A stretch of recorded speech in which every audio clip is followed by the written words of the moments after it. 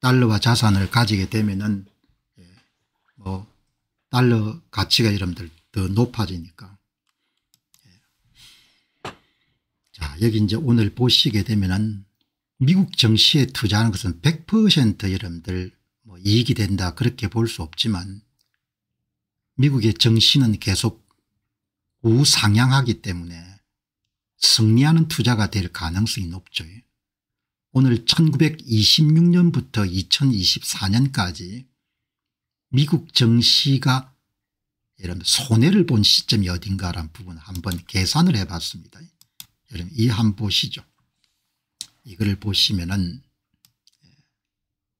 이게 미국의 대표 주가 지수인 S&P 500의 손실이 발생할 구간은 1년 동안 여러분 투자자가 손실이 발생한 수는 28번 있었습니다. 그러면은 이게 99년 동안 한 100년 동안 28번이니까 28.3%입니다. 그러니까 단기 투자자 미국 증시에 1년을 투자한 사람들은 손해를 볼 확률이 28.3% 되는 겁니다. 그런데 장기 투자자는 손해를 볼 확률이 현저하게 낮아지는 거죠. 이거 한번 보시기 바랍니다. 이게 이제 5년 동안 계속해서 여러분들 손해를 볼 확률은 3번 있었습니다. 3번. 그러니까 3.2%입니다. 미국 증권 시장에 투자를 해가 10년 동안 계속 이런 손해를 볼 확률은 2번입니다. 2번. 그럼 2.2%입니다. 그러니까 여기 대공황 때 한 번 하고 그다음에 닷컴 버블이 붕괴됐을 때 한 번인 거죠. 20년 동안 미국 증시에 ETF를 투자해 가지고 내가 가겠다. 그러면 여러분 손해를 볼 확률은 거의 없습니다. 40년 정도 여러분들 ETF 투자를 해 가지고 계속 가겠다. 그럼 여러분들 거의 없는 겁니다. 손해를 볼 확률이. 그러니까 최소한 5년 정도의 터울에 장기 투자를 하겠다 이렇게 생각하면은 미국 증시에 투자해서 손해볼 확률이 전혀 없는 거죠. 여기 보시게 되면은 1년 동안 S&P 500에 투자했을 때 손실을 볼 확률은 28.3%, 5년일 때 3.2%, 10년일 때 2.2%, 20년일 때는 손실이 없다는 겁니다. 그게 장기 투자하고 좋은 여름 ETF 투자를 하면은 손해볼 확률은 거의 없다는 거죠. 그죠? 이게 여러분들 투자가 위험하다. 주식 투자가 여러분 위험하다 이렇게 하는데 이렇게 숫자로 딱 증명이 되는 겁니다. 장기 투자를 해야 된다는 거죠. 여기 여러분 한번 보시기 바랍니다. 이게 S&P 500하고 나스닥의 수익률입니다. 최근 5년이 14.8%, 20.9%, 최근 10년이 12.5%, 17%, 최근 20년이 9.8%, 13.5%, 30년이 9.9%, 11.2% 이렇게 나오지 않습니까? 여기 보시면 최근에 올수록 훨씬 더 성장률이 높죠. 성장률이. 그죠? 그러니까 아주 유능한 투자자가 아니더라도 그냥 S&P 500이나 나스닥 100 이런 ETF 투자하게 되면은 14에서 한 20% 정도를 벌 수가 있는 겁니다. 그리고 여러분들 좀 더 구체적으로 한번 보시죠. 여기에 제가 자주 인용하는 그런 펀드들입니다. VOO 미국인들이 가장 많이 사는 500개 기업에 투자하는 펀드죠. 상장지수 펀드. 3년 연평균 수익률이 11.8%, 5년이 14.5%, 10년이 12.7%지 않습니까? 그런데 제가 자주 강조했죠. 500개 기업 투자하지 말라. 회사 수 좀 줄이면은 수익률이 2% 정도 올릴 수 있다. 그게 SCHG지 않습니까? 12.5%, 18.5%, 15.5%죠. 나스닥은 100개죠. 12.1%, 18.2%, 16.7%, FTC는 한 60개 정도 기업입니다. 기술 섹터 14.2%, SMH 17.8% 나오지 않습니까? 그러니까 그냥 ETF 투자는 얼마든지 예상이 가능한 거죠. 그러니까 그냥 미국 증시에 투자하게 되면은 원화 가치가 계속해서 하락하더라도 달러화 자산을 가질 수가 있으니까 환율에 대해서 방어할 수 있는 자산을 가지는 것이고, 성장주가 이런 14, 15 이렇게 성장하기 때문에 통화 증가율인 7에서 8% 정도를 능가하니까 그래도 비교적 괜찮은 투자인 거죠. 그래서 우리가 선택할 수 있는 것은 반복하는 감이 없지 않지만 주구당 단가가 낮은 SCHG나 SMHX 같은 걸 투자할 수가 있고, 그다음에 여력이 좀 더 생기면은 여기에 FTC와 같은 기술 섹터에 대한 상장지수 펀드를 추가할 수도 있고, 그다음에 좀 더 공격적인 분들은 미국의 대표적인 반도체 섹터 투자인 SMH 같은 걸 추가할 수가 있는 거죠. 그러니까 지금 여기 있는 그런, 그리고 제 같으면 QQQM에 투자하는 것보다도 회사 수를 좀 줄여 가지고 두 개가 다 기술 기업들을 많이 포함하니까 그냥 FTC 기술 핵 섹터에 대한 투자를 하면은 훨씬 더 낫지 않느냐, 그렇게 보는 거죠. 그러니까 뭐 이렇게 ETF, 미국에 상장돼 있는 달러 표시 ETF를 가지고 너무 고민할 필요가 없는 거죠. 그런데 절대적으로 필요한 것은 VOO보다는 SCHG를 투자하는 게 훨씬 더 낫겠죠. 기업 수를 줄이게 되면은 상위 기업들의 여러분들 투자액이 몰리기 때문에 성장률이 높아지는 거죠. 그렇게 여러분 딱 정리하게 되면 뭐 고민할 게 없지 않습니까? 오늘 5년 이상 투자하면 손해보는 경우가 거의 없으니까 그렇게 여러분 정리를 하시면 좋겠습니다.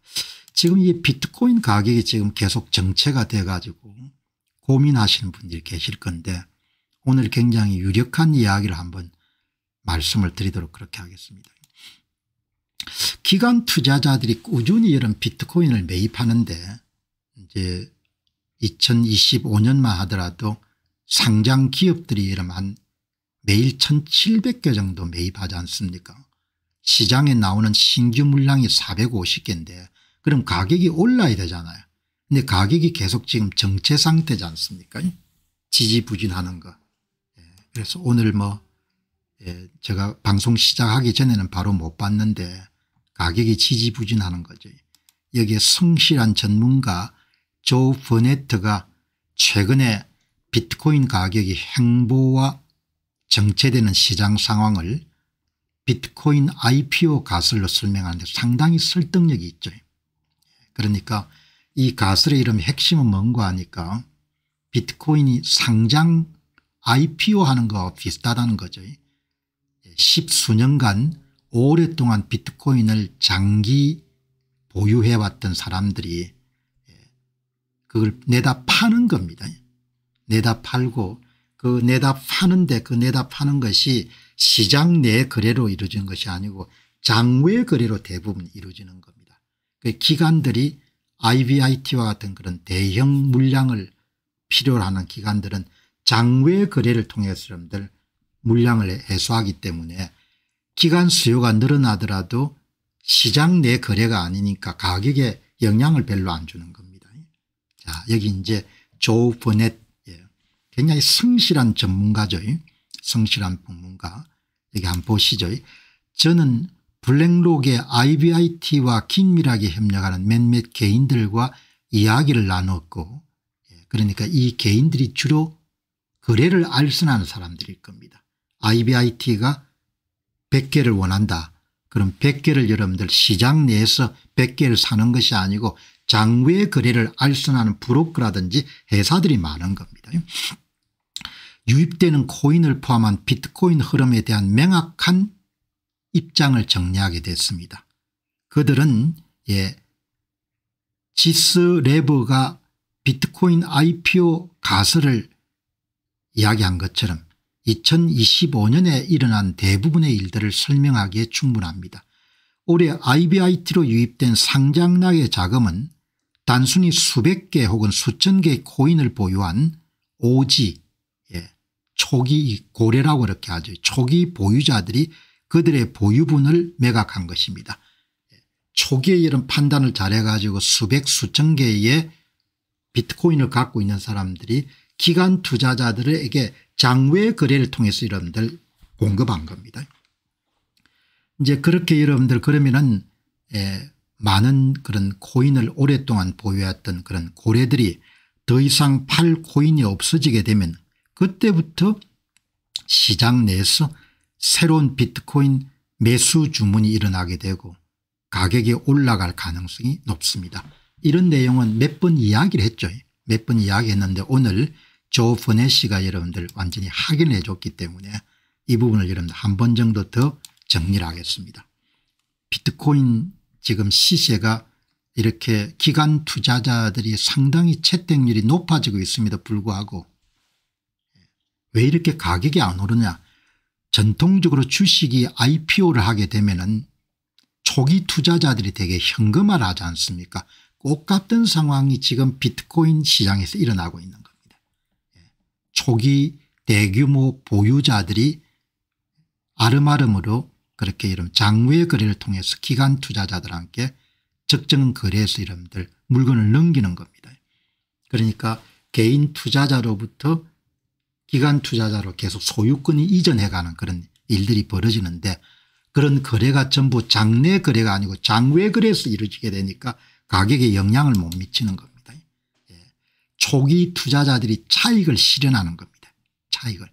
일반적인 IPO와 마찬가지로 비트코인도 매우 위험했을 때 투자한 초기 투자자들이 ETF라는 새로운 유동성 창구를 통해서 점진적으로 보유 물량을 매도하고 똑같은 겁니다. 대개 주식의 초기 투자자들이 IPO 상장이 되고 나면 여러분들 팔아서 현금화하는 것과 똑같은 일들이 지금 벌어지고 있는 겁니다. 이러한 초기 보유자들의 대규모 매도 물량이 시장에 흡수되면서 비트코인 가격은 상당 기간 행보하거나 역걸음하는 현상을 보이고 있다. 2025년에 이런 큰 특징이라고 볼 수 있겠습니다. 초기 보유자들이 팔 코인을 모두 소진하고 시장이 매도 물량을 완전히 흡수하여 균형을 이루게 되면은 이제 그때부터 새로운 매수세가 가격을 상당히 끌어올릴 것으로 보인다. 상당히 설득력 있는 가설이고 비슷한 내용을 그동안 한두 차례 이름 제가 말씀을 드렸는데 이 착실한 조 버넷이가 한 번 더 강조했기 때문에 여러분에게 말씀을 드리는 겁니다. 이 가설은 IPO 가설 비트코인 IPO 가설은 최근에 가격 정체가 하락장의 지구가 아니고 더 큰 기관 및 주류 금융 편입을 위한 성숙 과정. 그러니까 여러분들 어차피 비트코인도 다른 금융자산과 마찬가지로 기관들이 많이 가질 수밖에 없는 거죠. 지금은 이렇게 개인이 70% 이상 갖고 있는 그런 기형적인 구조를 가져갈 수 없는데 정상적으로 기관들이 더 많은 것을 갖게 되는 그런 이렇게 소유권 이전 단계가 계속해서 지금 일어나고 있는 거죠. IBIT와 같은 기관 투자자들은 암호화폐 거래소가 아닌 장외 거래소 데스크를 통해서 이걸 OTC라고 합니다. 대량으로 초기 보유자들부터 매입하고 뭐 한국도 마찬가지 한 100개나 이렇게 되면은 장 내에서 거래하는 것이 아니고 OTC 데스크를 통해가 여러분들 갖고 있는 사람하고 매치해서 이런 거래를 하는 겁니다. 기관 투자자들의 매입 증가에도 불구하고 거래소를 통한 가격 인상이 발생하지 않았다. 그래서 여러분 참조하시기 바랍니다. 가격에 목을 메고 있는 그런 분들은 좀 답답하기도 하고 하겠지만 이렇게 상황을 딱 보는 그런 나름대로의 관점이 정립되어 있으면 그러면 이제 자연적으로 묻죠. 본격 상승이 언제부터 일 같냐. 미래를 어떻게 알겠습니까? 그럼에도 불구하고 본격 상승이 언제부터 시작되겠느냐. 이거는 한번 여러분들 추론할 필요가 있는 거죠. 업계에서 이게 스탠포드 대학교 박사 출신인 플레드 크루그 씨가 스테판 페레노드 박사의 글을 굉장히 높게 평가했네요. 스테판 페레노드. 여기 이제 이런 언제 피크를 칠 건지 언제부터 가격이 올라갈 건지 한번 참조해 보시기 바랍니다. 이 스테판 페레나드 박사는 고속 풀이의 변환 모델을 사용해서 다음번 비트코인 버블이 발생할 가능성 있는 시기를 분석했는데 이 분석 방법의 기초는 비트코인의 가격의 장기 전망에 사용되는 맥법칙하고 그다음에 고속풀이의 변환 모델을 합쳐가지고 전망을 한 겁니다. 2027년에 여러분들 버블이 발생할 것 같다. 그리고 2026년 하반기부터는 본격적으로 가격이 오를 것 같다. 그렇게 모델을 이용해가 여러분들 분석한 겁니다. 모델을 이용해서 분석했으니까 여러분들이 한번 참조하시기 바랍니다. 예, 천재들이 엄청나게 많습니다. 예, 여기에 이제 이런 방송을 준비하면서 미국에 똑똑한 사람들이 진짜 많네요. MIT 출신이고 하버드에서 천체 물리학 박사를 받은 스테픈 페레노드 박사. 예. 페레노드 박사가 운영하는 X입니다. X. X 이렇게 나이가 꽤 드신 분입니다. X. 초장기 전망을 하는 분입니다. 천체 물리학 박사를 가지니까 긴 글을 쓸 수 있는 것은 대단한 그런 능력을 갖고 있는 거죠. 그래서 이런 결론만 한번 여러분들이 이해하시면 좋을 것 같습니다. 비트코인 가격을 모델을 이용해가 여러분들 전망하는 그런 분입니다. 그래서 이제 오늘 결론이 뭔가 하니까 이분이 사용한 것은 맥법칙, 제곱법칙이라 부르죠. 그러니까 시간이 가면서 가격 인상이 수학 체감을 해나가는 점점 낮아지는 그런 맥법칙에 따라 가지고 비트코인 가격이 형성된다. 그게 기본이지 않습니까? 그 맥법칙 모델링하고 그다음에 고속풀이의 변환 모델하고 로그 주기적 버블 모델 세 가지를 믹스해가 여러분들 한 겁니다. 그러니까 우리가 기술적으로 복잡한 것은 이렇게 알 필요가 없을 것 같습니다. 그냥 세 가지 모델을 이용해 가지고 장기 전망을 한 거다. 그럼 결론이 뭐냐. 세 가지 과학적 방법을 조합하여 분석한 결과 비트코인의 다음 주요 버블 붕괴는 2027년에 발생할 가능성이 높고 그리고 그 버블이 형성될 때까지 가격 인상이 있는데 2026년 하반기부터 급격한 상승을 경험하기 시작할 것으로 본다. 그렇게 이름 딱 정리하면 되겠네요.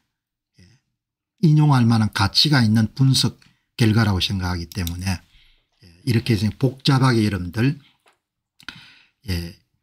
그 비트코인은 가격은 자연현상과 유사한 패턴으로 가격 인상이 이루어지게 되고 지진이나 화산활동 유체 난류 등 다양한 자연 및 물리 시스템에 관찰되는 각과 거의 완벽하게 일치한다. 그렇게 뭐 천재들이 여러분들 맥법칙하고 풀리의 변환 규칙을 사용해 가지고 그렇게 이제 분석했는데 이 결론을 보시게 되면 풀리의 분석과 로그 주기적 모델링을 통해 다음번 비트코인 버블의 정점은 2027년에 발생할 것으로 예측되고 2027년 2분기가 가장 유력한 피크 정점 시점으로 추정된다. 참조하시기 바랍니다. 이런 건 아마 비트코인을 다루는 유튜브에서 거의 안 다룰 겁니다. 제가 학구적이기 때문에 학구적인 부분을 가치를 아는 거죠. 2026년 하반기에 급상승이 시작될 것으로 본다. 이 버블 시계일에 따라 시장은 2026년 하반기부터 본격적인 광란의 시기로 진입할 것으로 예상된다. 여러분 참조하시기 바랍니다. 천체 물리학자가 여러분들 오랫동안 분석한 결과입니다. 스테판 페레노드 박사입니다. 2027년 2분기가 버블이 절정이 될 것 같고 2026년 1분기부터 가격 상승이 시동을 걸 것 같고 2026년 하반기부터 가격 급등이 본격화될 수 있을 것 같다. 여러분 이렇게 이야기하는 겁니다. 뭐 다른 사람들은 뭘 다룬지 모르겠지만 저는 방송 준비를 하면서 굉장히 가치 있게 본 겁니다. 모델링을 해가지고 비트코인 가격을 예상하는 그런 그 작업을 오랫동안 해온 사람입니다. 자, 이제 페레노드 박사의 핵심 인용문 그래서 한 번 더 확인한 겁니다. 직접 이야기를 어떻게 했냐. 로그 주기적 모델은 2011년 2013년, 2017년 3번의 버블에 거의 해당합니다. 심지어 다음 버블의 정점이 비트코인 탄생으로부터 18년에 발생할 것이라 예측하는데 이 시점은 2026년 말과 2020년 초 사이에 해당합니다. 이렇게 나오는 겁니다. 예. 현재 최적의 추정치는 2022분기에 버블이 붕괴될 것으로 봅니다. 향후 12개월 내 2배 상승이 예상되고 이것은 현재 최적의 추정치인 2027년 2분기에 정점을 찍을 로그 주기적 버블 스케줄의 초기 단계라 좋은 시작이 될 겁니다. 2배 정도 뛸 것 같다고 내다보는 겁니다. 그죠? 2026년 하반기에 급상승이 시작되고 상반기에 시동이 걸릴 것이다. 우리는 2026년 하반기까지 기다려야 됩니다. 다음 버블 정점을 향한 상승은 2020년 하반기에 본격적으로 시작될 겁니다. 이렇게 이야기하는 겁니다. 2026년 말과 2027년 2분기 가격 상승은 1분기에서 시작이 될 것 같고 본격화될 것 같다. 2026년 초반부터 상승 국면이 시작될 것 같습니다. 이렇게 이야기하는 겁니다. 인용문을 2017년 이후 첫 번째 기본 모드 버블은 2027년 5월 말로 예측되는데 이것은 비트코인 나이를 기준으로 한 계산으로 버블 피크 지점을 가리킵니다. 웨이블리 분석과 프리의 분석을 바탕으로 다음 버블 피크는 2024년 4분기부터 2020년 2분기 사이로 예상됩니다. 이것은 버블 정점 이후에 붕괴 가능성을 암시합니다. 여러분들 제가 학위 과정을 거쳐가 여러분들 이런 학술 논문을 읽는 부분에 익숙하기 때문에 가치를 아는 겁니다. 그래 어제도 말씀드렸지만 정보를 변별한 능력이 있기 때문에 착하게 보는 겁니다. 이게 가치가. 그래서 시청자들에게 소개해 드려야겠다. 그러나 이것이 맞을 것인가 안 맞을 것인가 알 수가 없는 거예요. 가봐야 되는 거죠. 그러나 어마어마하게 여러분들 중요한 겁니다. 2026년 말 또는 2027년 초에 미래 버블이 피크가 예상됩니다. 스테판 페레노드 박사 Now is a better entry point 이렇게 이야기하는 겁니다. 지금이 들어가기가 좀 괜찮은 시점인 것 같습니다. 이렇게 이야기하는 겁니다. Doubling your money in 2 years 2년 내에 여러분의 돈을 2배로 불리시려면은 그러면은 Now is a better entry point 지금 진입하기가 좋은 시점 같습니다. 그러니까 여러분들 어떻든 간에 참조하시기 바랍니다. 이렇게 가설이니까 이런 이야기 하기 힘든데 여러분들이 돈을 좀 불리시려면은 지금 뭐 들어가기에 괜찮은 시점 같습니다. 이렇게 여러분들 스테판 페레노드 박사께서 이야기하셨으니까 여러분이 잘 참조하셔 가지고 결정하시면 좋을 것 같습니다. 이 보고서가 워낙 중요하기 때문에 제가 한 번 더 이분의 타임라인을 다 추적해서 조사를 한 겁니다. 스테판 페레노드 박사의 타임라인을 다 따라 가지고 추가적으로 더 보강 수사를 한 겁니다. 보강 수사를 보시게 되면은 비트코인 가격 전망 지금 여러분들 이분 스테판 페레노드 박사는 뭔가 하니까 패턴 분석입니다. 과거의 여름 시계열 자료를 가지고 동일한 패턴이 반복된다고 생각하기 때문에 버블이 2026년 말부터 2027년 초 특히 5월 정도에 붕괴될 가능성이 높다. 이렇게 이야기했는데 패턴 분석입니다. 그런데 일각에서는 뭔가 하니까 패턴 분석보다도 시장에 돈이 얼마나 공급되느냐 비즈니스 사이클이 훨씬 더 중요한 것 같다. 그 부분에 대해서 논쟁하는 걸 한번 보시기 바랍니다. 한 사람이 여러분들 이렇게 미국의 공급 구매자 지수 경기 사이클 그래프를 여러분 인용해 가지고 그 패턴 분석이 어떻게 오를 수 있습니까? 지금 이렇게 여러분들 이런 경기 사이클을 가지고 유동성이 많이 공급되게 되면은 비트코인 가격이 오를 거니까 그렇게 보는 게 안 낫겠습니까? 그렇게 이야기하니까 여러분들 여기에 이분이 반박하는 겁니다. 예, 차트의 스케일이 완전히 다릅니다. 공급자 구매 지수는 40에서 65 사이로 움직입니다. 비트코인 가격은 2013년 이후에 거의 10,000배 증가했습니다. 공급 구매자 지수와 시장 가치를 4자리 수김으로 증가시킬 수 있는 인간관계 있습니까? 그러니까 어마어마하게 자기 연구에 대해서 확신을 갖고 있는 분입니다. 경제학자들이 주장하는 공급, 유동성 공급 이런 건 알겠는데 자기가 볼 때는 그동안 역사적 자료를 분석해 보게 되면은 비트코인 가격은 내재적 법칙이 있는 것 같다. 내재적 법칙이. 그렇게 여러분들 이야기하는 겁니다. 그러니까 이제 이분 이야기는 비즈니스 사이클 유동성 공급보다도 훨씬 더 중요한 것이 비트코인은 내재적으로 그런 사이클을 타고 여러분들 가격이 올라가는 것 같다. 그 이야기를 확실하게 이야기하는 겁니다.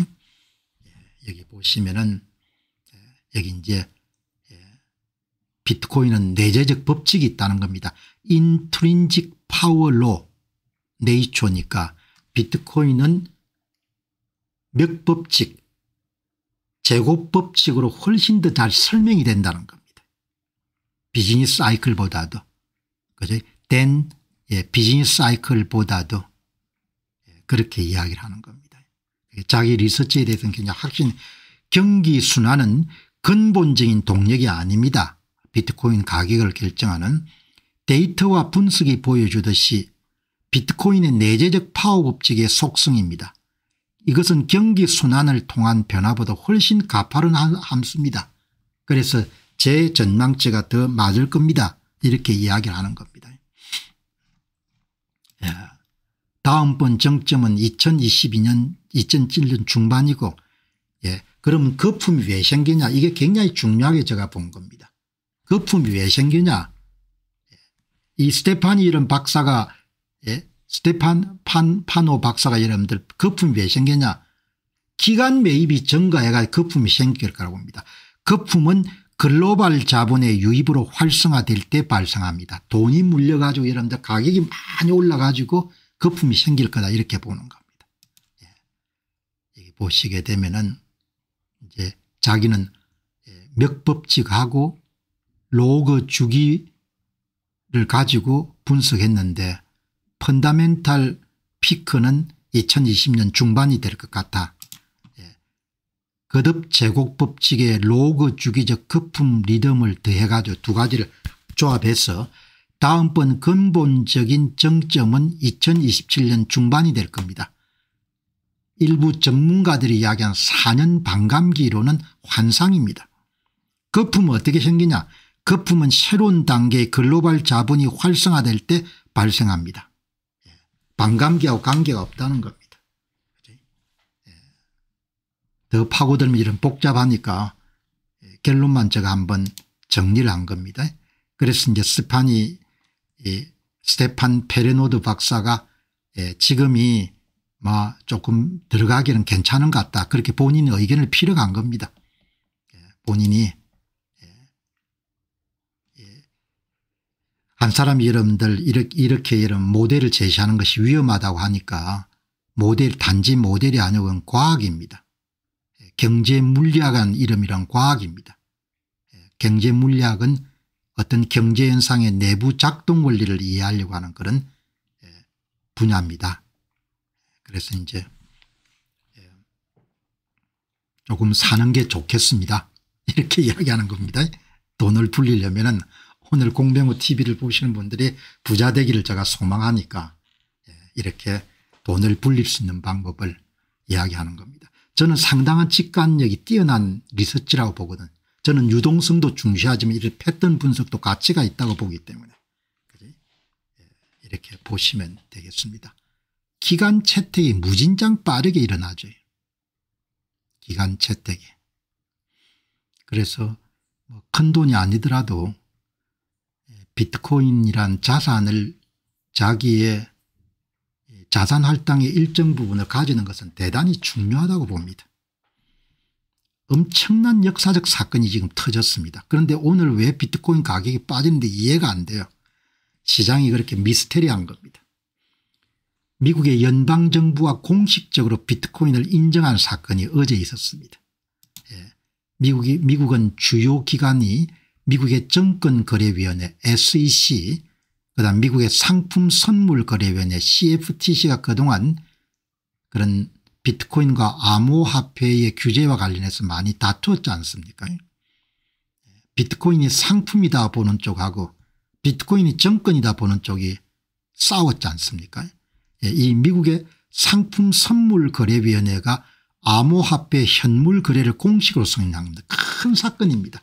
어제 찰스 스왑이 고객들의 동일 계좌에서 현물 비트코인과 이더리움을 구매할 수 있도록 허용한 것도 엄청난 큰 사건이라고 봤거든요.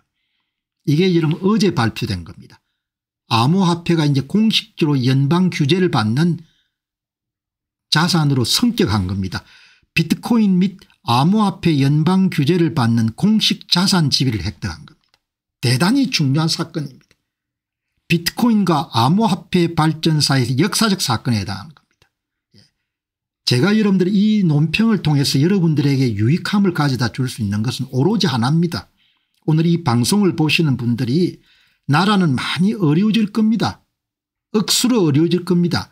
그럼에도 불구하고 달러와 자산을 가지셔야 되고 달러와 자산을 잘 정식하셔 가지고 경제적 자유와 경제적 독립을 이룩하는데 제가 힘을 더하기 위해서는 경제 투자 섹션에 대해서 많은 시간을 지금 아래에서 이야기를 하는 겁니다. 저는 여러분 보시죠. 책을 한 200권 정도 썼고 20대 이름 경제학 박사를 했고 한 40년 동안 계속 리서치를 했으니까 투자 전문가는 아니지만 일단 공부를 시작하게 되면 핵심을 정확하게 꿰뚫을 수 있지 않습니까? 그렇게 이야기하지 않습니까?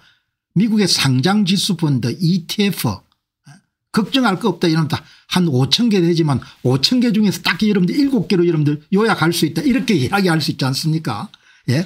그렇게 담대하게 누가 이야기를 할 수 있겠습니까? 아 이것도 좋고 이 상품도 좋고 아 이건 뭐 한국에 상장한 ETF 사도 괜찮고 그렇게 이야기하지 않습니까? 제가 그런 성향이 아닌 거죠. 아니면 아닌 거고 예. 기면 기는 거고 미국에 ETF 투자해야 된다. 야. 달러와 자산 미국 증시에 상장된 ETF를 투자해야 된다. 왜? 달러화를 가져야 되니까. 왜? 원화 가치가 계속 내려갈 거니까. 그렇게 확실하게 이야기하지 않습니까? 뭐 고려해 보십시오. 그렇게 안 하지 않습니까? 비트코인을 10% 정도는 가지셔야 됩니다. 이렇게 이야기하지 않습니까? 왜 그렇게 하냐? 본인이 확신이 있으니까 그렇게 이야기를 하는 겁니다. 선택은 본인이 하겠지만 오늘 이 뉴스는 대단히 중요한 겁니다. 비트코인과 암호화폐 발전사에서 기념비적인 사건입니다. 이 문건이 어제입니다. 어제. 예. 그러니까 이 상품선물거래위원회에 이제 액팅 체어맨이니까 정식으로 아마 의회 승인을 받아 가지고 위원장은 아닌데 이제 위원장 직무대행 정도 되겠네요. 예. 그게 이제 정식으로 이렇게 올린 겁니다. 큰 뉴스입니다. 여기 보시게 되면 연방정부가 인정을 한 거죠. 그래서 어제 뭐 이런 뉴스가 엄청나게 많이 나왔습니다. 논평이. 그걸 여러분 다 집중하게 되면은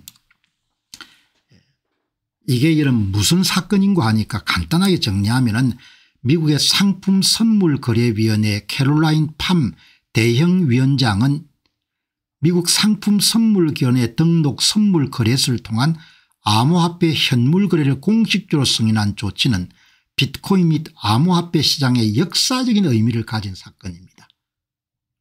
비트코인의 출발이 뭡니까? 상품입니다. 상품. 에너지를 투입해가 수학적 정밀성을 이용해 여러분들 만든 상품이죠. 커머디티인 거죠. 그걸 정식 커머디티를 인정을 해 준 겁니다. 비트코인은 연방 규제를 받는 공식 자산의 지위를 얻게 되었고 수조 달러 규모의 기관 자본이 비트코인 시장에 진입할 수 있는 문을 열어준 겁니다. 비트코인은 이제 전 세계 금융 시스템의 핵심 구성 요소로 받아들였습니다.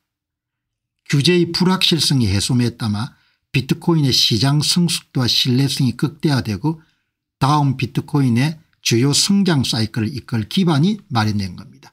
불확실성이 거의 없어진 거죠. 미국 역사상 처음으로 현물 암호화폐 시장이 완벽하게 연방 규제를 받는 구조 내에서 운용되도록 허용됨으로써 그동안 규제의 모호성이나 불확실성을 제거하는 가장 획기적인 사건인 거죠. 그러니까 쉽게 이야기하면 금이나 원자재 같은 수준의 규제적 지위를 얻게 된 거죠. 오피셜 에셋 클래스입니다. 공식적인 자산 등급으로 여러분들 인정을 받은 거죠. 큰 사건인 겁니다. 이제 이런 것을 여러분들이 매일 우리가 봐가면서 이게 투기 자산에서 완전히 여러분들 뭡니까? 안전자산으로 그렇게 공식적인 자산으로 그렇게 자리를 완전히 잡아가구나 이렇게 본 겁니다.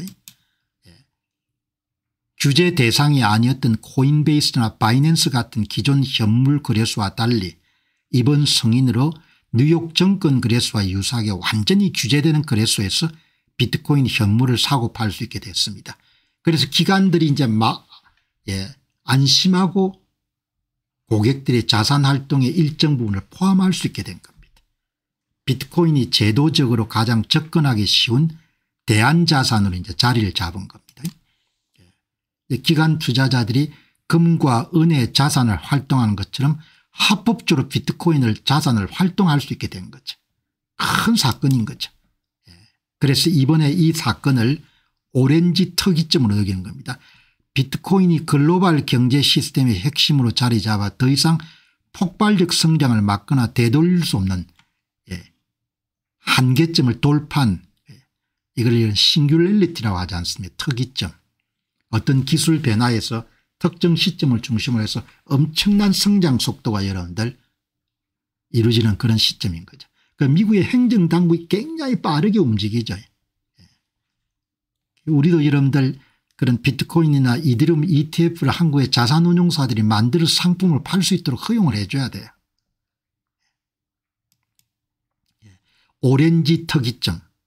비트코인 커뮤니티에 사용되는 용어로 비트코인이 글로벌 금융 및 경제 시스템의 핵심 구성인 것으로 완전히 확립되어 더 이상 되돌릴 수 없는, 그래서 이런 투자할 수 있는 타이밍은 된 겁니다. 소멸될 수 없는 자산이 된 겁니다. 소멸될 수 없는 자산이. 그래서 보시게 되면은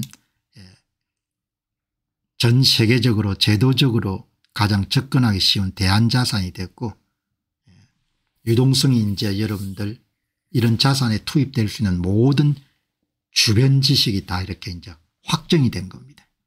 그렇게 보시면은 좋겠습니다. 자, 여러분, 이 미국에 천재들이 많습니다. 천재들이. 특히 이제 투자 세계는 진짜 천재들이 많죠. 오늘 천재들 이야기 좀 들어보시기 바랍니다. 2011년 2012년 이때 깨우친 사람들은 상당한 부를 축적한 거죠. 일생일대의 부를 축적한 겁니다. 투자라는 것이 여러분들 근로소득이나 사업소득하고 달리 한순간에 어떤 결정을 내리냐에 따라서 어마어마한 여러분들 수익이 달라지지 않습니까? 10배 100배 수익을 거둘 수가 있는 거죠. 특히 이제 비트코인 같은 경우는 2011년 12년 13년에 초기에 여러분들 그 가능성을 봤던 사람은 어마어마한 부를 축적하게 된 거죠. 여기 보시기 바랍니다. 여기에 팟캐스트에 나와 가지고 세 사람이 이야기합니다. 여기에 이제 이분이 초기 투자자입니다. Like I do that. 제가 그렇게 한 것처럼 여러분도 그렇게 하시기 바랍니다. 이렇게 이야기를 하는 겁니다. 그게 여러분 무슨 이야기인가 하니까 팟캐스트에 세 사람이 토론하는데 CNBC와 모든 금융시장 월스트리트의 모든 잡동사니들이 여러분에게 돈을 버는 방법을 가르치는 이 모든 것들을 문자 그대로 그냥 한 문장으로 정리하면 그냥 비트코인을 보유하는 문장으로 대체될 수 있습니다. 그게 전부입니다. 이렇게 이야기하는 겁니다. 예. 어마어마한 거죠. 세 사람이 대화를 나누는데 이 초기 투자자입니다. 2012년부터 투자를 한 것 같아요. 예. 뭐 이분이 초기 투자를 해가 성공을 했기 때문에 여기 이제 책도 쓰고 암호화폐 주권론 2012년에 비트코인에 입문을 했고 4년간 코인베이스의 사람들이 비트코인에 쉽게 접근할 수 있도록 도왔고, 그러니까 비트코인에 대한 좀 철학적인 그런 저서를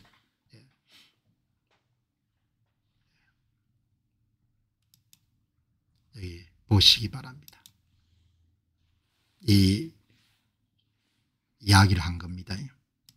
너무 도발적인 재무 조언이기 때문에 여러분이 조금 새겨서 그냥 디스카운트 해서 들으시기 바랍니다. 에릭 카슨이라는 사람입니다. Just hold Bitcoin을 이야기하는 겁니다. 뭐 다른 조언 필요 없고 그냥 저축하듯이 사모으라는 이야기죠.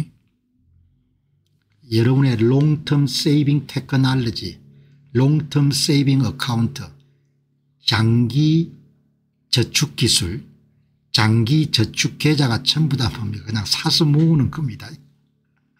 그런데 여러분들 그냥 한번 들어보시기 바랍니다. 그냥 솔직한 이야기니까. 예, 이거는 진실입니다. 비트코인은 기존 금융 시스템보다도 압도적으로 우월한 비대칭적 베팅입니다. 비대칭적 베팅은 수익률이 굉장히 높은 그런 투자입니다. 여러분이 투자 계획을 가지고 고민하실 필요도 없고 미국의 직장인들처럼 401k 퇴직연금들을 걱정할 필요도 없고 그냥 비트코인을 사서 모으는 것이 가장 우월한 투자 방법입니다. 이렇게 이야기하는 겁니다. 그런데 희한한 것은 비트코인을 보유하는 것은 do nothing, 그냥 사서 모으고 그냥 가만히 앉아 있는 것만으로 돈을 버는 일종의 허무주의의 형태입니다. 그렇게 여러분들 이야기하는 겁니다. 예. 월스트리트와 금융시장의 모든 조언을 단 한 문장으로 대체될 수가 있습니다. 그냥 비트코인을 보유하라 이겁니다. 예. 다른 거 여러분들 지난 20년간 S&P 500을 압도했을 뿐만 아니고 비트코인을 보유하지 않음으로 당신이 현재의 편집정적인 정신분열 게임과 체계적인 학대에 계속 참여하고 있다는 사실을 인지해야 됩니다. 그 무슨 이야기인가 하니까 여러분들 예, 주식을 가지고 이런 돈을 얼마나 불릴지 고민하고 이런 부분들을 학대라고 이야기하는 겁니다. 그냥 너무 여러분들 강연한 이야기니까 여러분들이 하시는데 그냥 사서 do nothing 아무것도 하지 말라는 거 아닙니까? 그런데 아무것도 안 할 수는 없죠. 일을 해야 여러분들 또 비트코인을 살 수가 있으니까. 나는 종종 밤늦게 깨어나 세상에 나는 투자 계획을 세워야 되고 신탁을 설정해야 되고 401k 퇴직연금을 관리해야 되라고 생각하는 완전한 정신분열적인 상황에 빠집니다. 그리고 나는 입을 다물고 있습니다. 당신은 역사상 스스로에게 증명할 수 있는 가장 비대칭적인 베팅을 당신의 편에 가지고 있습니다. 여러분 당장 지난달만 봐도 당신은 아주 압도적인 성과를 내고 있습니다. 이게 무슨 말인가 하니까 적당한 가격에 비트코인을 살 수 있는 엄청난 기회를 잡을 수 있는 시대에 태어났다는 거죠. 이게 얼마나 중요한 겁니까? 예. 이런 기회가 항상 모든 세대들한테 주어진 건 아니라는 거죠. 나는 가만히 앉아 손을 놓고 있으므로 실제로 그렇게 합니다. 나는 자주 깨어나 세상에 나는 평범한 삶에서 했던 것보다 아무것도 하지 않고 더 많은 돈을 벌었다고 생각합니다. 이것은 허무주의의 매우 효과적인 형태를 교납니다. 이 모든 금융의 허울과 돈이 흐르는 방식 뭐 이렇게 이야기한 겁니다. 그러니까 여러분들이 잘 보시고 이 사람 이야기가 여러분들 헛된 이야기다 이렇게 볼 수 있겠지만 수익을 비교해 보면 되지 않습니까? 연평균 수익률이 10년 동안 비트코인이 81%, 나스닥이 18%, S&P가 13.2%, 13.4%지 않습니까? 예. 그럼 변동성 보시기 바랍니다. 70% 45%. 그러니까 자기 돈으로 투자 안 하면 힘든 거라는 이야기죠. 자기 돈을 갖고 투자를 하게 되면은 견뎌낼 수가 있지 않습니까? 굉장히 중요한 테이블이지 않습니까? 우리가 투자 결정을 할 때 비트코인, 테슬라, 마이크로소프트, 애플, 나스닥 100, S&P 500, 금, 여기 보면 10년 연평균 수익률, 연평균 변동성, 변동성이 엄청나게 크죠. 그러니까 어쨌든 많은 돈은 투자하지 않더라도 비트코인은 지난 10년간 다른 모든 전통자산을 수익률 측면에서 압도했습니다. 변동성이 가장 높고 장기 보유하는 투자자들에게 심리적 부담과 대규모 하락장의 위험을 동시에 안겨다 줍니다. 이렇게 여러분들 정리하셔 가지고 이렇게 이러면 정신 나간 사람 이야기하는 사람들 많습니다. 그런데 내공이 있는 거죠. 어마어마한 2012년도에 현명한 결정으로 이렇게 일생을 바꾼 경우입니다. 일생을. 그러면 방송 듣는 분들 가운데 내한테 이런 이야기 하시는 분이 있어요. 아니 공 박사님 맨날 2012년에 2013년에 깨달은 사람 이야기만 합니까? 내 이야기가 2012년에 이런 깨닫지 못해가 2025년에 깨닫는 사람이 2030년만 돼도 야 내가 그래도 2025년에 그렇게 깨달아 가지고 내가 큰 덕을 봤다 이렇게는 볼 수 있는 겁니다. 똑같은 역사가 반복이 되니까 그렇게 여러분들이 참조를 하시면은 도움이 안 되겠느냐 그렇게 봅니다. 그죠? 예. 자 여기 보시면은 지금 여러분들 핵심은 비트코인이라는 자산은 기본적으로 공급이 제한되어 있으니까 수요만 보면 되지 않습니까? 수요. 기관들이 채택하는 거죠. 채택을 얼마 하느냐 이거지 않습니까? 그래서 어제 이제 지금 채택률이 한 4.7% 된다고 봤죠. 지금 여기서는 3%인데 4.7%. 그러니까 뭐 지금 인터넷이나 스마트폰 같은 수준까지 여러분들 도입이 되려면 시간이 좀 더 남았죠. 아주 초기 단계입니다. 그래서 어제 여러분들이 기술 채택률을 보게 되면은 비트코인 채택률이 4.7%입니다. 그러니까 2011년이나 2012년에 투자하지 못했더라도 지금 채택률이 4.7%니까 still early인 겁니다. 아주 짧은 여러분들 지금 기간인 겁니다. 10배 100배 정도를 능가할 수 있는 그런 자산인 거죠. 오늘 이 투자 플랫폼을 통해서 여러분이 말씀드리는 것은 이런 걸 통해 가지고 여러분들 더 많은 분들이 경제적 자유를 확보할 수 있는데 근로소득은 열심히 오랫동안 일을 해야 되지만 투자는 판단을 어떻게 한번 잘하냐에 따라서 어마어마하게 달라지는 겁니다. 투자 방향과 투자 대상을 어떻게 선정하에 따라 가지고 투자 수익률이 그냥 하늘과 땅처럼 이런 차이가 나는 겁니다.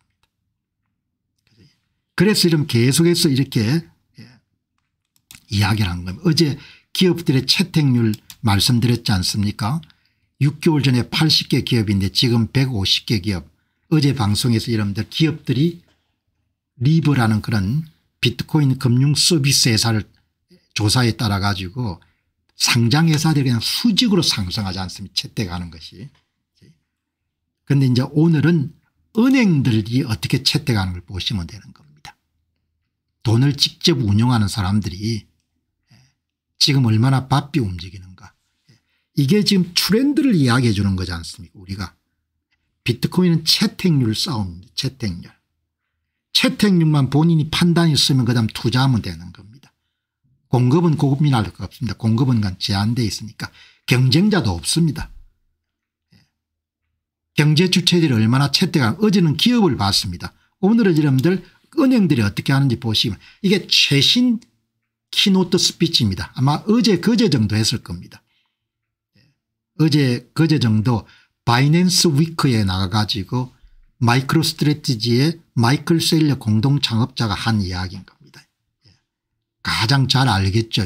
은행들이 어떻게 움직이고 있는지 한번 보시기 바랍니다.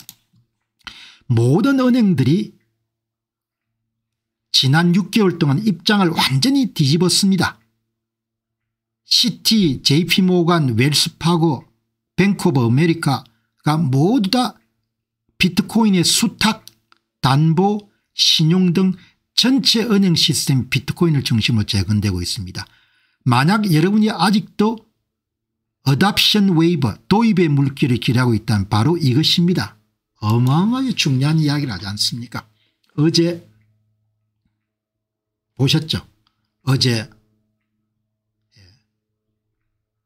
이런 뱅가드가 항복하지 않습니까? 뱅가드가 그렇게 이런 비트코인이나 암호화폐에 적대적이던 회사가 비트코인, 이더리움, 솔라나, 리플 이런 ETF를 살 수 있도록 하지 않습니까? 찰스 왑이 동일 계좌에서 현물 ETF를 살 수 있도록 2026년 상반기에 여러분들 문호를 열겠다고 하지 않습니까? JP모간이 담보를 받겠다고 하지 않습니까? 뱅크 오브 아메리카가 고액 자산가들에게 4%까지 여러분들 권하겠다는 거 아닙니까? 비트코인을. 어답션 웨이브입니다. 하버드 보시기 바랍니다. 하버드가 이런 상위 10개 이런 개별 종목 투자해서 톱 1위가 뭡니까? 비트코인 ETF입니다. IPIT 21.16%입니다. 마이크로소프트가 더 많은 주식을 갖고 있는 겁니다. 그게 이런 전체가 다 묶어지지 않습니까? 뭡니까? 채택을 위한 경쟁이 지금 벌어지고 있는 거죠. 그 이야기를 마이클 세일러가 이러면 어제 바이낸스 위크에서 이야기하는 겁니다. 키노트 스피치로 나가가지고. 제 말은 전 세계의 모든 은행이 암호화폐를 수용하고 비트코인을 4년에서 8년 안에 수용한 것은 빠른 속도일 것입니다. 하지만 여러분이 여기서 보는 것은 그게 훨씬 더 빠르게 일어나고 있다는 겁니다. 우리가 본 것은 시티, JP모간, 웰스파고, 뱅크 오브 아메리카들이 전부 다 이런 암호화폐를 수용하고 있는 겁니다. 투자하기는 적기 같아요.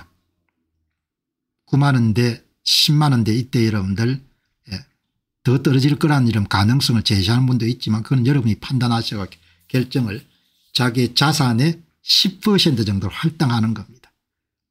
저는 10%보다 더 한 겁니다. 저는 10%가 더 하는데 여러분한테는 그냥 10% 정도 안 넘었으면 좋겠습니다. 그렇게 이야기하는 겁니다. 저는 10% 정도 더 하죠.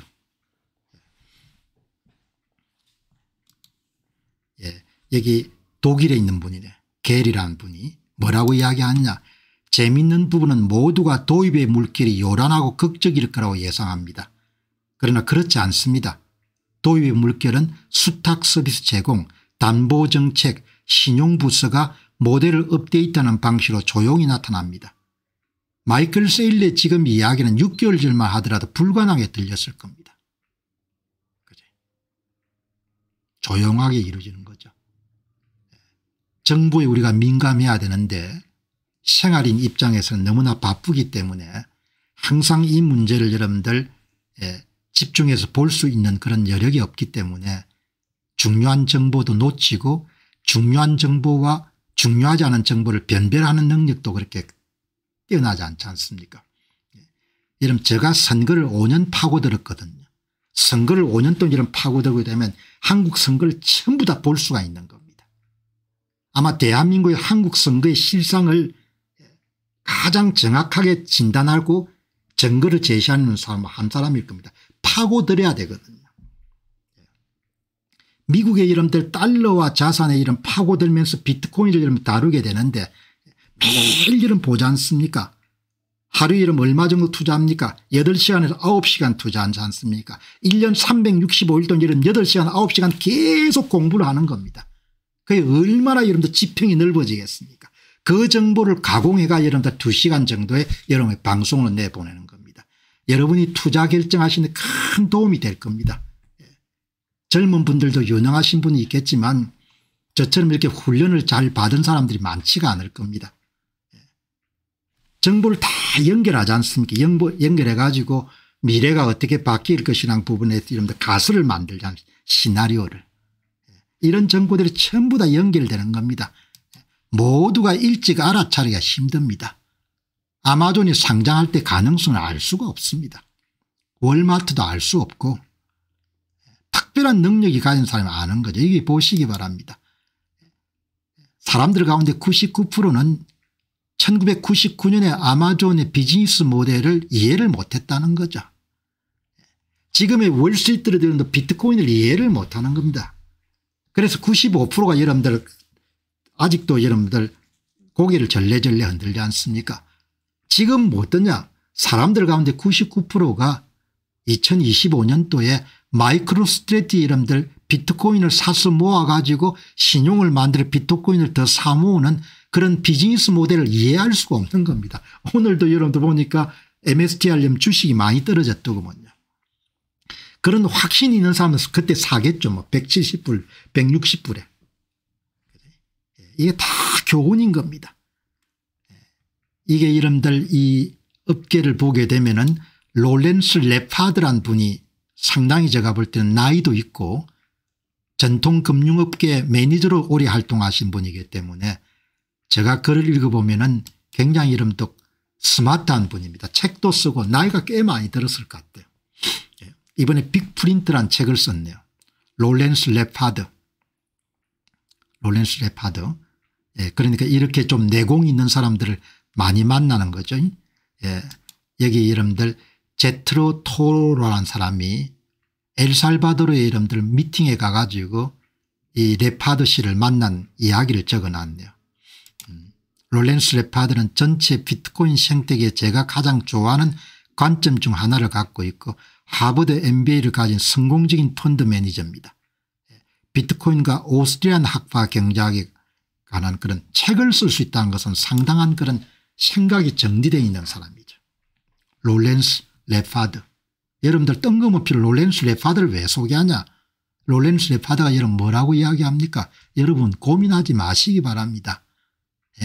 여러분 부자 되려고 이러면 안달복달할 필요가 없는데 뭐라고 이야기합니까? 롤렌스 레파드 씨가 뭐라고 이야기합니까? 한두 번 여러분 공병호 TV에 소개했습니다. 여러분 그냥 돈이 있을 때마다 비트코인 사서 모으세요. 그리고 그냥 잊어버리세요. 제가 여러분 젊은 여러분들에게 드릴 수 있는 조언은 딴 거 아닙니다. 비트코인 계속 사서 모으세요. 돈 되는 만큼. Buy, hold and forget 이렇게 하지 않습니까? 그리고 do nothing 아무것도 하지 마시기 바랍니다. 그럼 부자 될 겁니다. 이렇게 이야기하지 않습니까? 이렇게 점잖은 분이 그렇게 방송에 나가가지고 젊은 사람들한테 여러분들 아마 한 70대나 이렇게 됐겠죠. 젊은 사람들이 하는 이야기가 뭐 고민 많이 하지 말고 현금이 있으면 지금 사고 공부해서 살 생각하지 말고 지금 당장 사고 그다음 계속 가져가야 되니까 공부를 해야 계속 가져갈 수가 있으니까 그렇게 하라. 다른 사람이 이야기했으면 그런가 보다 할 건데 롤렌스 레파드 씨가 특별한 분이기 때문에 이렇게 여러분 오늘 한 번 더 그때 깨우쳤더라면 얼마나 좋겠습니까? 그때 깨우쳤으면 얼마나 좋았겠냐 이야기죠. 근데 다음에 후회한다는 이야기죠. 이게 보시기 바랍니다. 2010년에 비트코인 한 개 0.3달러였습니다. 10개 집으면 3.48%입니다. No one takes it serious. 아무도 그걸 심각하게 생각 안 했다. 15년이 흘러가지고 사람들은 이제 알게 된 거다. 그게 제너레이셔널 웰스라는 것을 그 페이팔에서 그때 판 겁니다. 페이팔에서. 세대의 부를 이전한 수단이 됐다는 겁니다. 그러면 안타까워할 수가 있죠. 그럼 한번 봅시다. 2025년 2035년 10년 후를 한번 생각해 보시기 바랍니다. 얼마나 많은 변화가 일어나겠습니까? 그때는 개인이 살 수가 없는 가격인 겁니다. 제가 여러분들이 마음이 좀 아프겠지만 계속해서 과거의 사례를 소개하는 것은 똑같은 일이 지금부터 5년 후에 10년 후에 여러분들 발생할 거라는 이야기죠. 그래서 제 방송 내용을 심각하게 받아들이시라는 겁니다. 그냥 한번 들어보고 만다 이런 게 아니고 여기 보시기 바랍니다. 관점만 바꾸면 엄청난 기회를 잡을 수가 있죠. 관점이 문제지 않습니까? 관점이.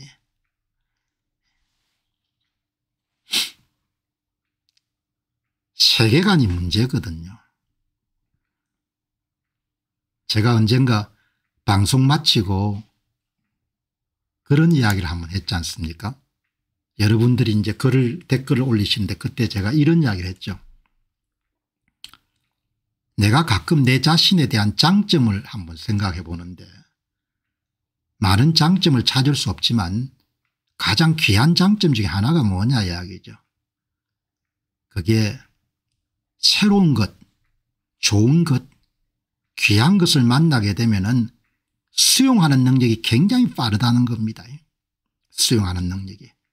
나이가 들게 되면 대부분 다 사람이 아집이 있고 고집이 있어 가지고 자기가 아는 것 외의 것을 수용하기가 굉장히 어렵거든요. 그게 별로 없는 겁니다. 그거를 퍽다행스럽게 생각하고 굉장히 귀하게 여기는 겁니다. 이런 관점을 바꾸는 것도 마찬가지인 거죠. 이 업계에서 여러분들 대단히 유용한 인물이 긴 글을 쓰는 인물 가운데 하나가 멜랜드 HODL이라는 분이 대단히 여러분들 뛰어난 글을 쓴 겁니다.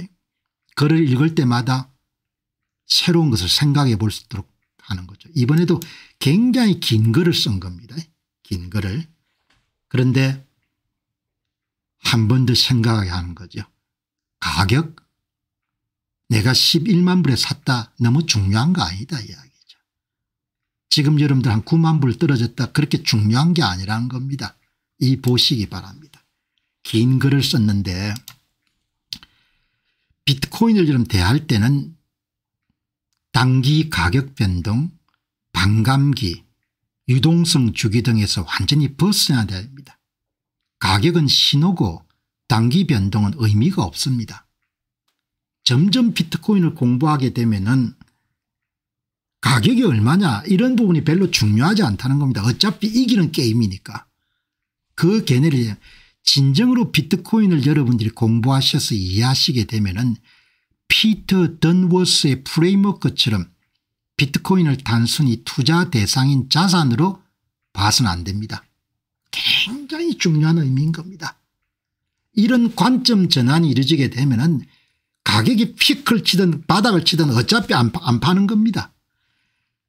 비트코인을 가치 저장, 교환 수단, 회계 단위의 세 가지 근본적인 화폐 영역을 동시에 파괴하고 대체하는 트리플 포인트 에셋, 삼중적 자산으로 인식해야 됩니다. 차원이 다른 자산이라는 겁니다. 화폐의 3제곱 관점은 TAM입니다. TAM. 선형적이 아닌 지수적으로 복리화된다는 걸 뜻합니다. 수요는 계속 증가되는데 공급은 완벽하게 고정되어 있기 때문에 시스템은 성장을 흡수하기에 재평가될 수밖에 없습니다. 미래가치 평가는 단순한 예측이 아닌 프로토콜 구조의 논리적 결론입니다. 어차피 여러분들 올해 안 오르면 내년에 오르는 겁니다. 내년에 안 오르면 그 후년에 오르는 거예요. 그러니까 올해 여러분들 오르지 않았다 여러분들 기분 나빠할 필요가 전혀 없는 겁니다. 가격으로부터 이별이 이루어지는 겁니다. 비트코인을 공부를 계속해 가지고 본질과 핵심을 이해하게 되면 가치가 여러분들 하등의 관계가 없는 겁니다. 그 정도 경지에 오르게 되면은 장기 보유를 할 수 있는 겁니다. 그 사람들은 이기는 거죠. 그 이야기를 하는 겁니다. 그래서 여러분들에게 제가 공급해 드리는 것은 아침 시간을 통해 가지고 계속해서 이 대단한 자산을 더 이해할 수 있도록 그래서 초연해질 수 있도록 만드는 겁니다. 수요는 증가되고 일명 채택률은 계속 높아지고 공급은 완벽하게 여러분들 제한되어 있으면 가격이 어떻게 조정이 안 되겠냐 이야기죠. 100만 불이 된다 200만 불 된다 막 이야기할 필요도 없는 겁니다. 어차피 될 거니까. 여러분 굉장히 중요한 메시지인데 사람들이 비트코인을 이야기할 때 보통 가격, 반감기, 유동성 주기 ETF 자금 흐름 단기 변동성에 초점을 맞추지만 이러한 사고방식은 지나치게 제한적입니다. 그리고 여기만 머물게 되면은 하수죠. 그러면 유지를 못합니다. 오랫동안. 새로운 프레임워크로 여러분의 관점을 바꿔야 됩니다. 비트코인은 하나의 시장에 경쟁한 자산으로 취급하는 대신 비트코인을 엔비디아나 마이크로소프트나 애플 수준으로 다뤄서는 안 된다는 겁니다. 차원이 다른 자산으로 봐야 된다는 거죠. 피터 던워스의 프레임워크는 비트코인이 가치저장, 교환수단, 회계단이란 세 가지 가장 근본적인 화폐 영역을 동시에 혼란에 빠뜨리고 대체하고 있음을 인식하도록 합니다. 여기 소개한 이런 피터 던워스라는 분도 어마어마합니다. 나이가 드신 분인데 깊이가 엄청나게 깊은 사람이에요. 내일 다룰게요. 얼마나 많은 교훈을 줄 수 있는 분인지. 피터 던워스가 여러분들 호주에서 비트코인을 구입하는 자산가들을 컨설팅 하시는 분인데 나이가 많이 드신 분입니다. 어마어마합니다. 그 지식의 깊이가. 이분이 제시한 개념이 삼중적 자산입니다. 세 가지 기능을 통합하여 비트코인은 세계 최초의 삼중적 자산 화폐의 3제국이라 불리고 세 가지 기능 각각에서 모두 다 복리 컴파운드가 제공되는 화폐 기술입니다. 그래서 가격이 어마어마하게 오를 수밖에 없는 겁니다. 가격이 폭발할 겁니다. 오래 안 올랐다 여러분들 너무 기분 나빠할 필요가 없는 겁니다.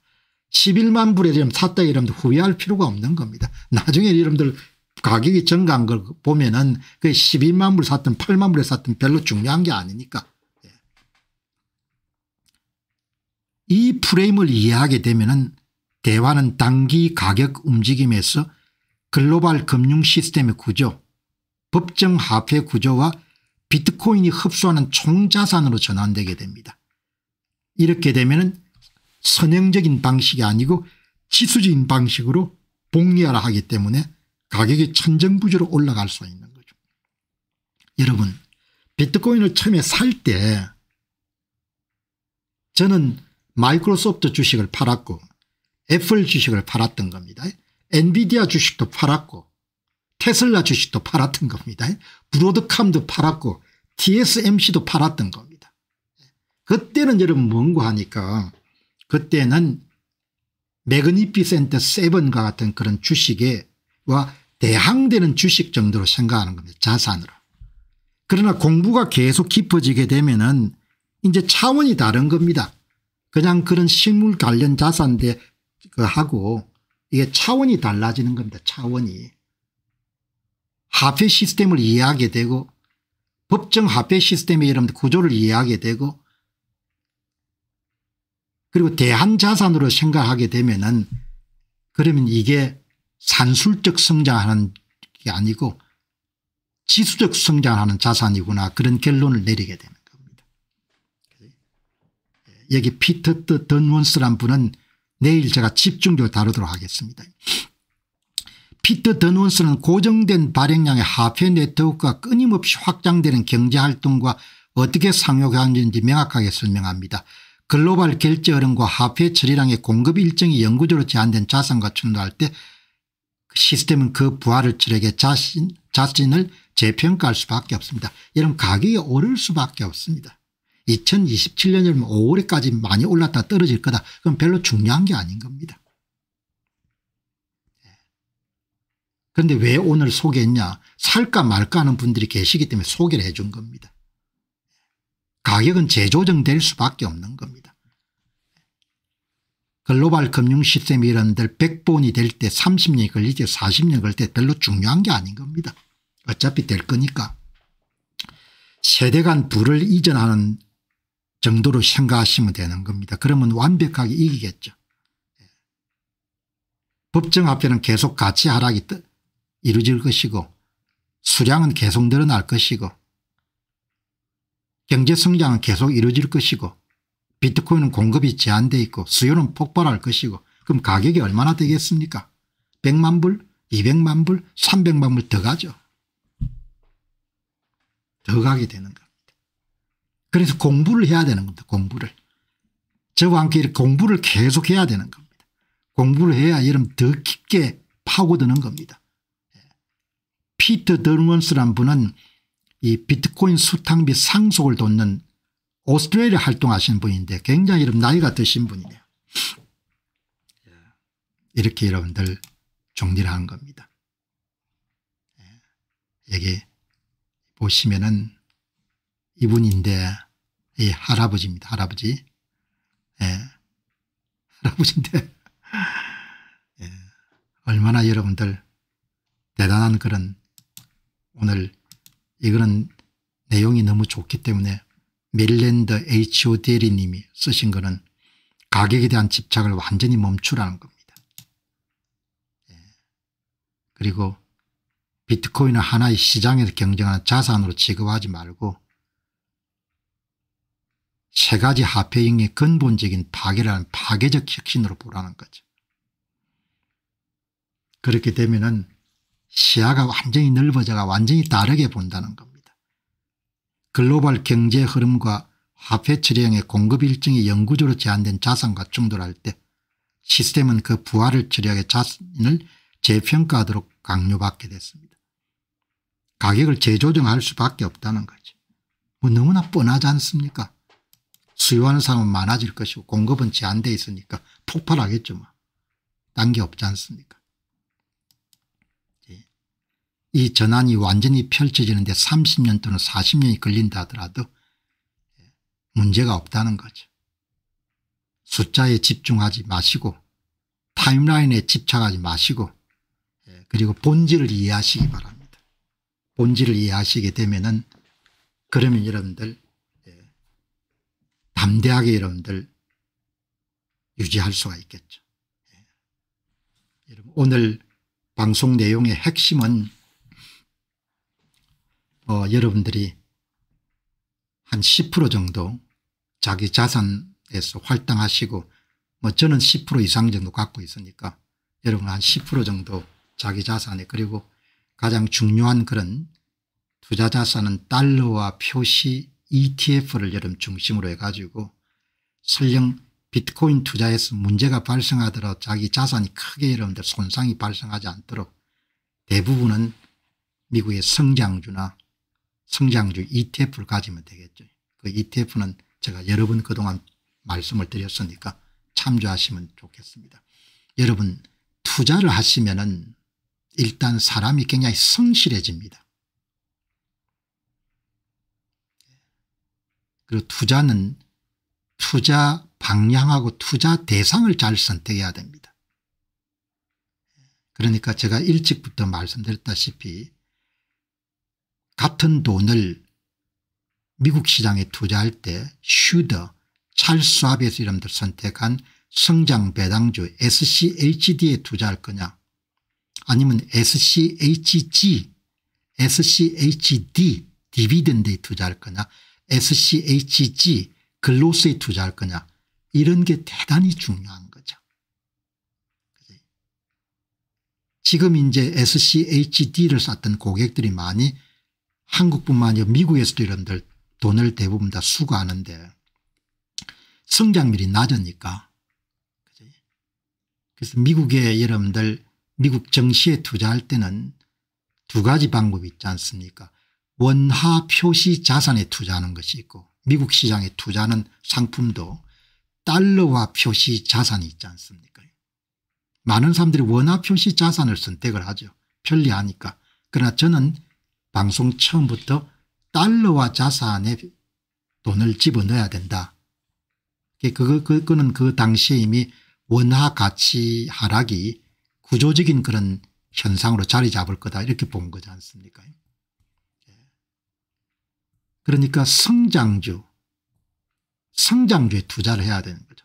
그럼 성장주는 기술주라는 거지 않습니까? 기술주 이런 개별 주식을 투자를 하게 되면 조금 더 성장률 높이지만 개별 주식은 항상 많이 흔들리지 않습니까? 애플이 뭐 예를 들면은 어떤 타격을 받았다. 그래서 가능하면은 ETF 상장 지수 펀드를 투자해야 되고 상장 지수 펀드를 쫙 조사를 해보니까 SCHG 찰스 왑의 S&P 500의 절반 정도 투자하는 거죠. SMHX 반도체 섹터에 설계사만 모은 데 투자하는 거죠. 그 두 가지 매력은 주가가 예를 들면 30불에서 40불 정도 되기 때문에 큰 부담 없이 투자를 할 수 있는 거죠. 나머지 뭐 FTC 그런 기술주 섹터 투자나 SMH 반도체 섹터 투자는 뭐 200불 300불 되니까 부담스럽지 않습니까? 한 주 가지가. 그러니까 일단 주식 투자는 재미가 있으려면 숫자도 개수도 많으면 기분이 좋으니까.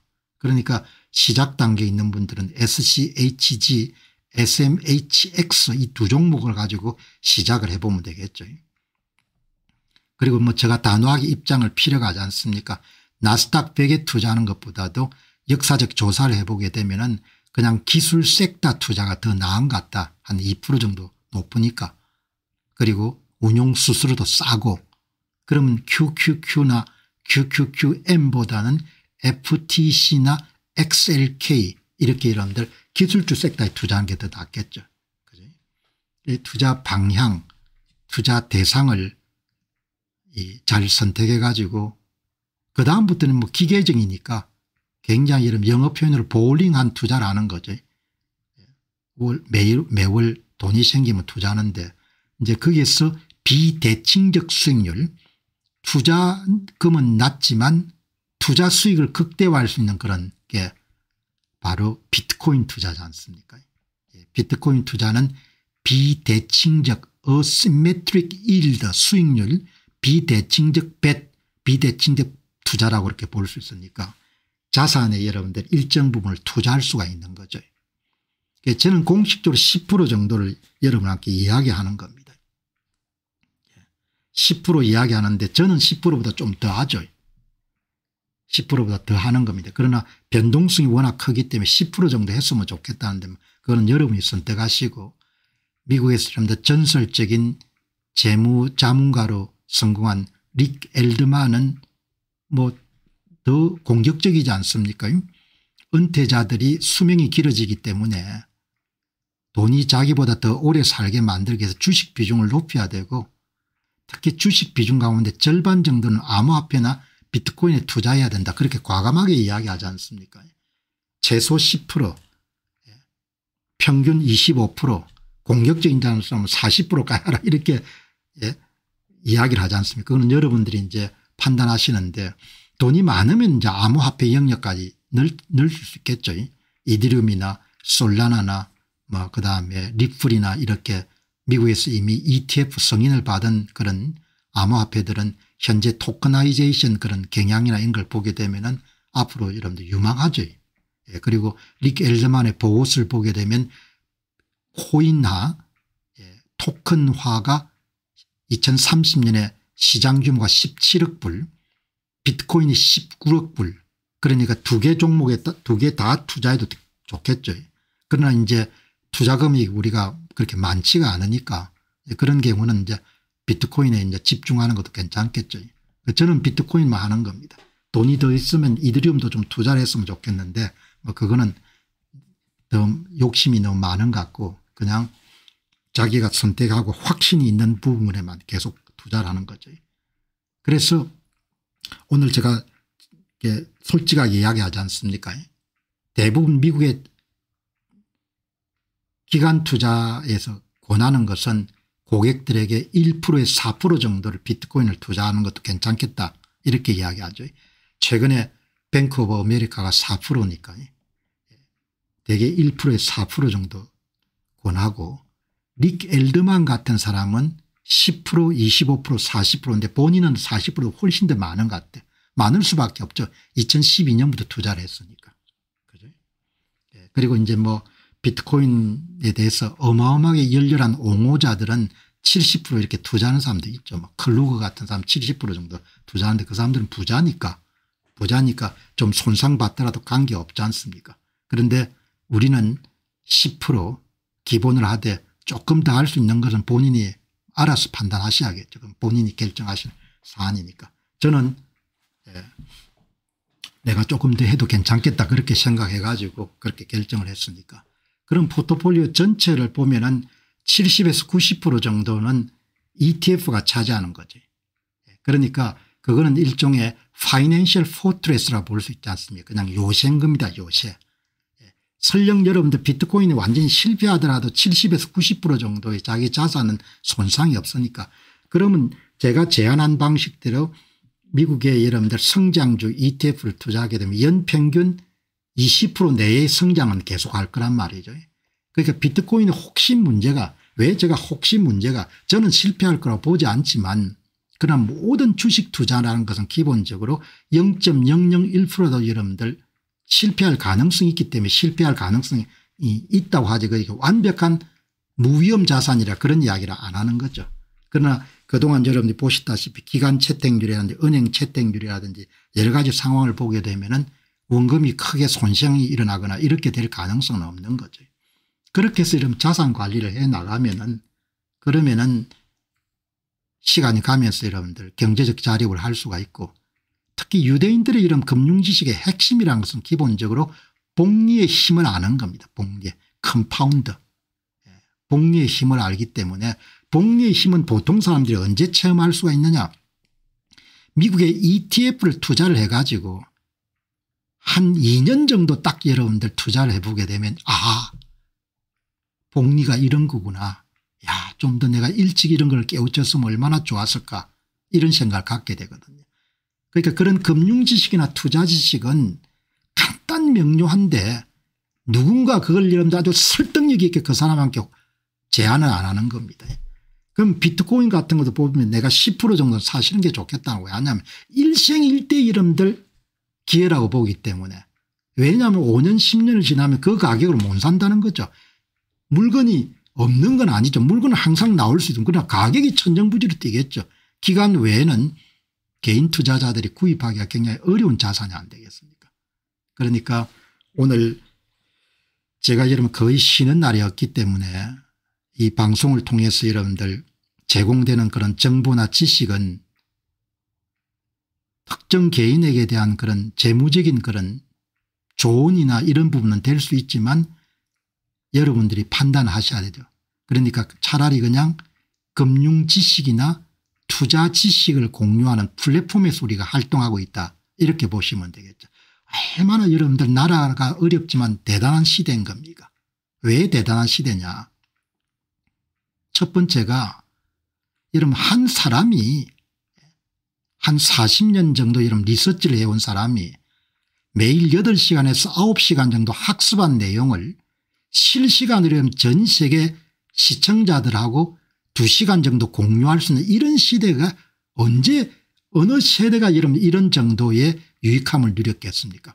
아마 공병호 TV를 2달 3달 정도 여러분들 본 사람들은 세상을 보는 시각이나 투자를 보는 그런 관점이 어마어마하게 확장됐을 겁니다. 매일 여러분들 주옥 같은 강의를 매일 2시간씩 계속 듣는다고 보시기 바랍니다. 사람이 얼마나 유식해지겠습니까? 그리고 또 하나는 적절한 가격에 비트코인을 살 수 있는 그런 시대에 우리가 살게 된 거죠. 그것은 얼마나 대단한 겁니까? 그다음에 세 번째는 미국 기술주를 여러분 편안하게 살 수 있는 시대에 지금 태어난 거지 않습니까? 옛날 세대는 여러분들 이런 기회를 누릴 수가 없었잖아요. 돈을 이민을 보낼 수가 없었지 않습니까? 엄청나게 이런 대단한 시대를 태어난 겁니다.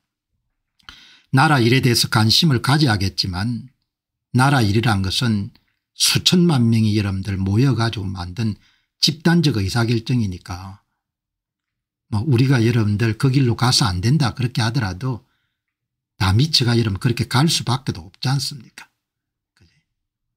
그리고 나라 일이란 건 기본적으로 이게 과실이 없는 거죠. 왜냐하면 사람들이 워낙 이런 즐기고 악마적인 요소가 있기 때문에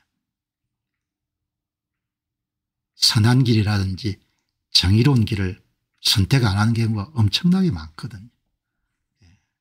그리고 한국 사람들이 이런 똘똘하지만 또 지독한 면이 있지 않습니까? 보면은 북조선을 보면은. 그러니까 나라 상황이란 것은 기본적으로 많이 어려워질 것이다 이렇게 가정을 하면은 더 우리가 절실하게 경제적 독립이나 경제적 자유를 그렇게 손에 넣기 위해 가지고 더 이런 노력해야 되는 거죠. 그리고 테마 주식을 따르거나 뭐가 뜬다고 하더라 그렇게 해서 따르거나 그렇게 할 필요는 전혀 없는 거죠. 장기적인 게임에서는 원칙을 고수하는 것이 이길 수 있는 굉장히 중요한 길이니까. 예. 자, 여러분 오늘 방송 마무리하고 내일 여러분들 말씀드렸다시피 호주에 일찍부터 이런 비트코인에 눈을 떠가지고 비트코인을 부자들한테 이런 컨설팅 해가지고 돈을 버는 할아버지. 예. 내용을 쭉 들어보니까 어마어마한 내공을 가지신 분이니까 여러분하고 내일 공유하도록 그렇게 하겠습니다. 좋은 시간 되시고 귀한 시간 만들어 가시기 바랍니다. 감사합니다.